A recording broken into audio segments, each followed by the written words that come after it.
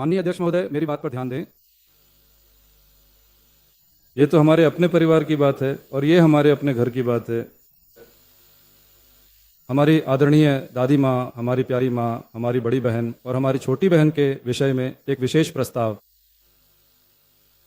इस महत्वपूर्ण विषय पर कुछ कहने के लिए और उन सभी लोगों की ओर से अपनी बात रखने के लिए मैं अपने अंतर्मन की गहराइयों से, अपने पूरे दिल और रूह से ये बात कह रहा हूँ। इससे पूर्व इस महान विजय को जो सम्मान और जो स्थान प्राप्त हुआ था, इससे पहले इस विजय को जो जगह मिली थी और आज इस विजय को जो जगह मिली है, उसका सबसे बड़ा कारण मेरी दादी, माँ और बहनें ही हैं। मैं इस बात से इनकार नहीं कर सकता कि वे ही सबसे बड़ा कारण है। उसी कृतज्ञता और वफादारी की भावना के साथ मैं आज यहाँ खड़ा होकर बोल रहा हूँ। कुछ लोग सोच सकते हैं कि बहुत सारा पैसा होने से, किसी घर का या बड़ी अर्थव्यवस्था होने से किसी देश का नाम बड़ा हो जाता है। लेकिन क्या आप जानते हैं कि किसी घर या देश का नाम वास्तव में कब बड़ा होता है?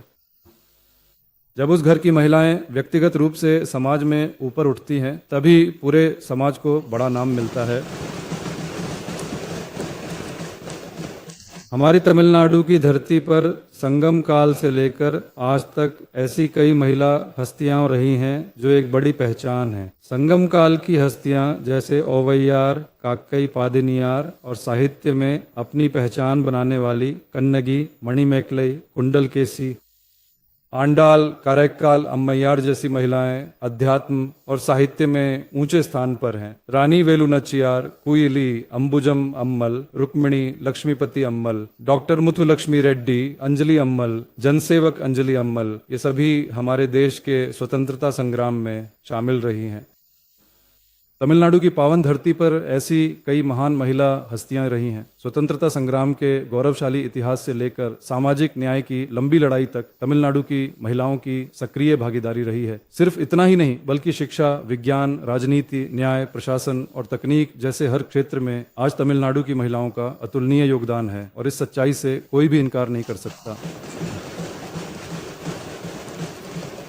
ऐसी हमारे घर की महिलाओं को राजनीति में भी आगे बढ़ने का रास्ता देना चाहिए। उन्हें उचित आरक्षण मिलना चाहिए।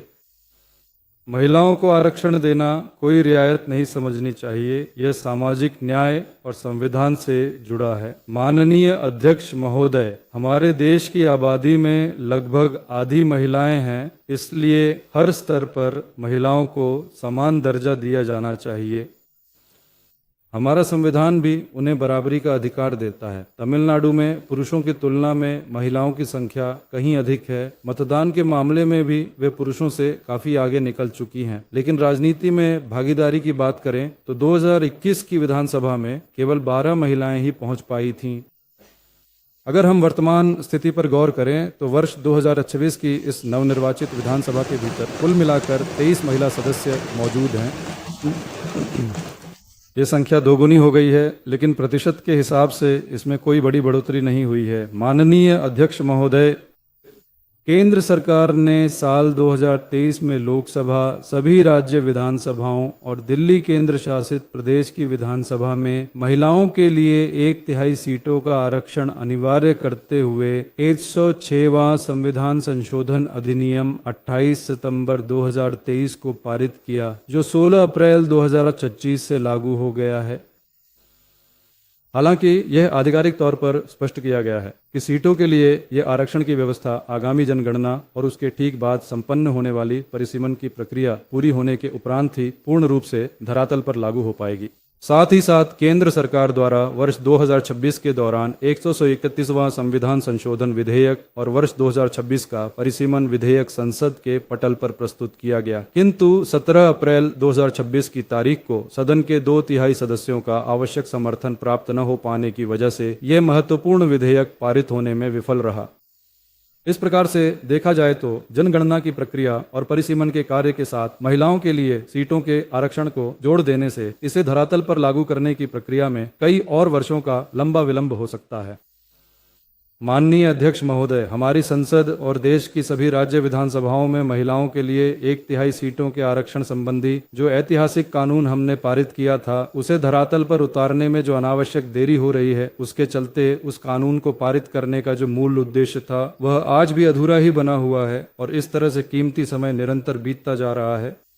यह महिलाओं के राजनीतिक अधिकारों को नकारने जैसा है। इसलिए महिलाओं के लिए सीटों के आरक्षण को जनगणना और परिसीमन के साथ जोड़कर टाला नहीं जाना चाहिए। तमिलनाडु सरकार केंद्र सरकार से पुरजोर आग्रह करती है कि इस आरक्षण को जल्द से जल्द लागू करने के लिए सभी आवश्यक कदम उठाए जाए। माननीय अध्यक्ष महोदय, हमारी टीवी के सरकार महिलाओं को राजनीतिक अधिकार प्रदान करने के मामले में एक अग्रणी राज्य सरकार रही है। यहाँ हमारी सरकार में 4 महिला मंत्री मौजूद हैं। महिलाओं की सुरक्षा सुनिश्चित करने के लिए सिंगपेन नाम की एक विशेष टास्क फोर्स का गठन किया गया है। महिलाओं की सुरक्षा और उनके सम्मान को लेकर टीवी के सरकार पूरी तरह से सतर्क है और भविष्य में भी रहेगी। स्थानीय निकायों में महिलाओं को मिलने वाले 50% आरक्षण के कारण आज हजारों महिलाएं सफलतापूर्वक जनप्रतिनिधि के रूप में कार्य कर रही हैं और उनके नेतृत्व के बेहतरीन गुण भी पूरी तरह से साबित हुए हैं। इसी तरह महिलाओं की इस सफलता को विधानसभा और संसद तक ले जाने का समय आ गया है। माननीय अध्यक्ष महोदय, मैं आज इस गरिमामयी सदन के माध्यम से केंद्र सरकार से पुरजोर आग्रह करना चाहता हूं कि देश की महिलाओं के लिए 33% आरक्षण के प्रावधान को बिना किसी और विलंब के अविलंब लागू किया जाए। यह महिलाओं पर किया गया कोई एहसान नहीं है, बल्कि यह उनका संवैधानिक और लोकतांत्रिक अधिकार है। यह केवल किसी एक अकेले व्यक्ति की ही जीत नहीं है, यह भारतीय लोकतंत्र की जीत है। जब एक महिला सशक्त होती है तो एक परिवार आगे बढ़ता है। जब हजारों महिलाएं सशक्त होती हैं तो पूरा देश आगे बढ़ता है। तमिलनाडु की राज्य सरकार केंद्र सरकार से पुरजोर आग्रह करती है कि महिलाओं के आरक्षण को जनगणना और परिसीमन की जटिल प्रक्रियाओं के साथ जोड़कर जो अनावश्यक देरी हो रही है, उसके कारण इस महत्वपूर्ण विधेयक को और अधिक टाला न जाए। इसके बजाय इसे यथाशीघ्र धरातल पर उतारने और लागू करने के लिए केंद्र सरकार को सभी आवश्यक संवैधानिक और कानूनी कदम उठाने चाहिए। माननीय अध्यक्ष महोदय, परिसीमन से जुड़ी एक परामर्श बैठक तमिलनाडु के लोकसभा और राज्यसभा सदस्यों के साथ तमिलनाडु सरकार के सहयोग से और हमारी अध्यक्षता में 8 अगस्त 2026 को कलैवानार अरंगम में आयोजित की गई थी। उस बैठक में तमिलनाडु के सभी लोकसभा और राज्यसभा सदस्यों को आमंत्रित किया गया था, जिसमें भारतीय राष्ट्रीय कांग्रेस के 11 सदस्य, विदुथलाई चिरुथैगल काची के 2 सदस्य, भारतीय कम्युनिस्ट पार्टी के 2 सदस्य, मार्क्सवादी कम्युनिस्ट पार्टी के 2 सदस्य, इंडियन यूनियन मुस्लिम लीग के सदस्य और मरुमलार्ची द्रविड़ मुनेत्र कड़गम के सदस्य सहित 6 पार्टियों के सदस्य शामिल हुए।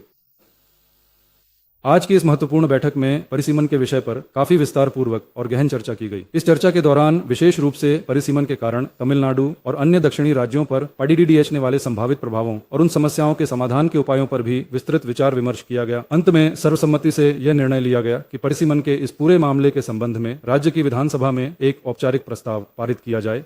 माननीय अध्यक्ष महोदय, मैं सदन का ध्यान इस ओर आकर्षित करना चाहता हूं कि भारतवर्ष में हमारा जो प्रथम आम चुनाव था वह वर्ष 1922 में संपन्न हुआ था। तत्पश्चात प्रत्येक 10 वर्षों के अंतराल पर आयोजित होने वाली जनगणना के आंकड़ों और विवरणों को आधार मानते हुए लोकसभा तथा विभिन्न राज्यों की विधानसभाओं की सीटों की संख्या का विधिवत पुनर्गठन किया गया और इसी प्रक्रिया के अंतर्गत वर्ष 1976-70 तक चुनाव संपन्न कराए जाते रहे।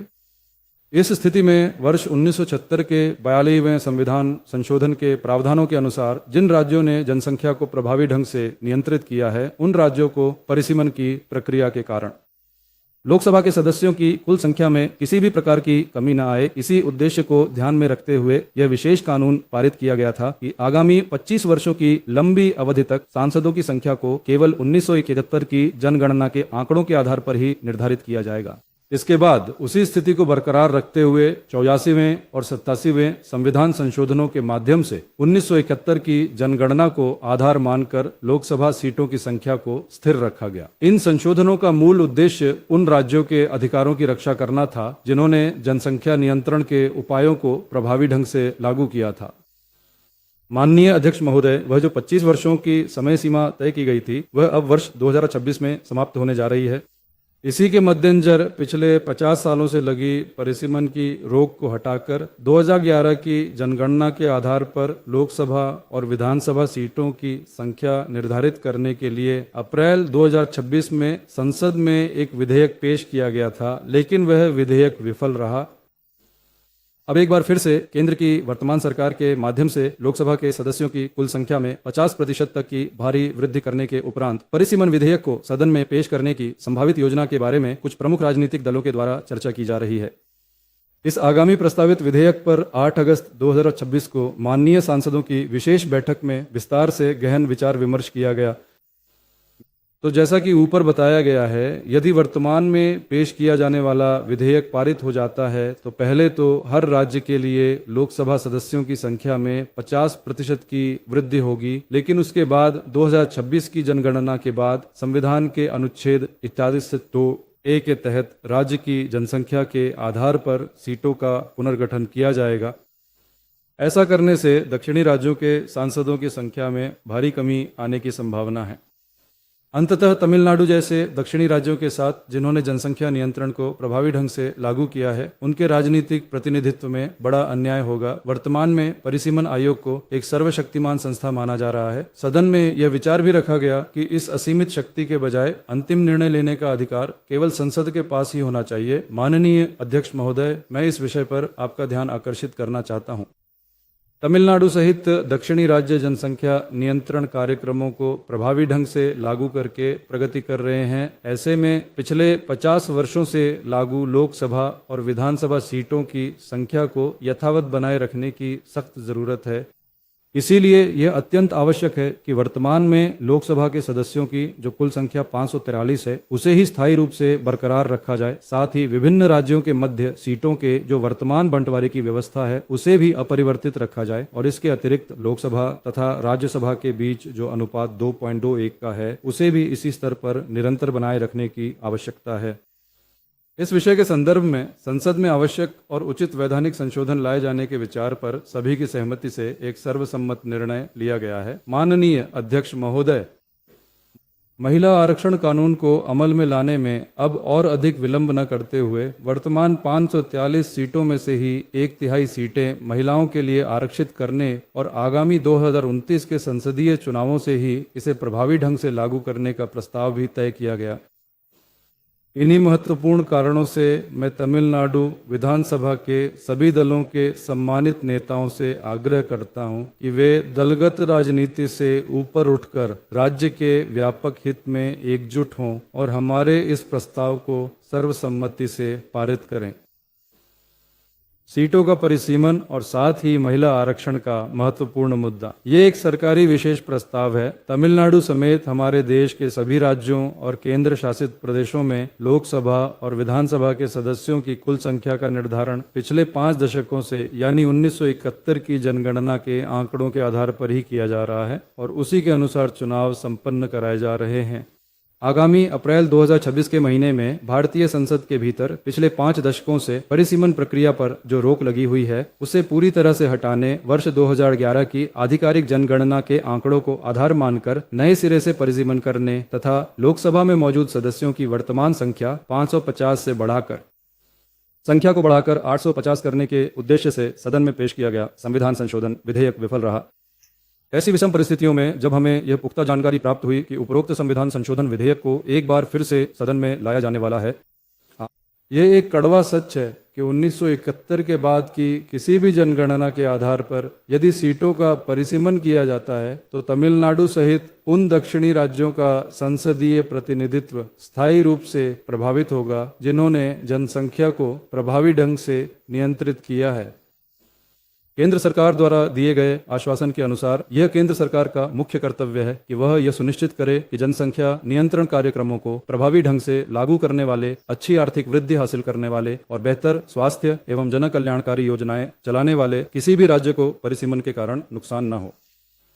इसी कारण से वर्तमान में लोकसभा के सदस्यों की कुल संख्या 543 को स्थायी बनाए रखने के लिए विभिन्न राज्यों के मध्य सीटों के बंटवारे की व्यवस्था को यथावत और स्थायी रखने के लिए तथा लोकसभा और राज्यसभा के बीच सीटों के मौजूदा अनुपात को बरकरार रखने के लिए 2.2 से 1 के अनुपात के स्तर को यथावत बनाए रखने और इसके साथ ही महिलाओं के लिए 33% आरक्षण को बिना किसी भी प्रकार की देरी किए वर्तमान में उपलब्ध 543 सीटों के आधार पर ही आगामी 2029 के लोकसभा चुनावों में अनिवार्य रूप से लागू करने का पुरजोर आग्रह करते हुए तमिलनाडु की विधानसभा निम्नलिखित प्रस्तावों को सर्वसम्मति के साथ पारित करती है। हमारा पहला महत्वपूर्ण बिंदु यह है कि लोकसभा के कुल सदस्यों की निर्धारित संख्या को 543 के आंकड़े पर ही पूरी तरह से स्थायी रखा जाना चाहिए। हमारा दूसरा बिंदु यह है कि विभिन्न राज्यों के बीच लोकसभा सीटों का जो वर्तमान आनुपातिक प्रतिनिधित्व है उसे भी इसी स्तर पर ही स्थायी रूप से बनाए रखा जाना चाहिए। और हमारा तीसरा बिंदु यह है कि तमिलनाडु विधानसभा सर्वसम्मति से केंद्र सरकार से आग्रह करती है कि आगामी लोकसभा आम चुनाव और उसके बाद के विधानसभा आम चुनावों में महिलाओं को 1/3 सीटों के आरक्षण का लाभ मिलना सुनिश्चित किया जाए। माननीय अध्यक्ष महोदय, मैं आपका ध्यान इस अत्यंत महत्वपूर्ण विषय की ओर आकर्षित करना चाहता हूं। यह प्रस्ताव किसी एक राजनीतिक दल का निजी प्रस्ताव नहीं है। यह तमिलनाडु के अधिकारों की स्थायी रूप से रक्षा और सुरक्षा करने वाला एक अत्यंत महत्वपूर्ण प्रस्ताव है। इसीलिए मैं सदन के सभी दलों के माननीय सदस्यों से विनम्र अनुरोध करता हूं कि वे इस प्रस्ताव को सर्वसम्मति से पारित करें। आप सभी का बहुत बहुत धन्यवाद। Subscribe to One India and never miss an update. Download the One India app now.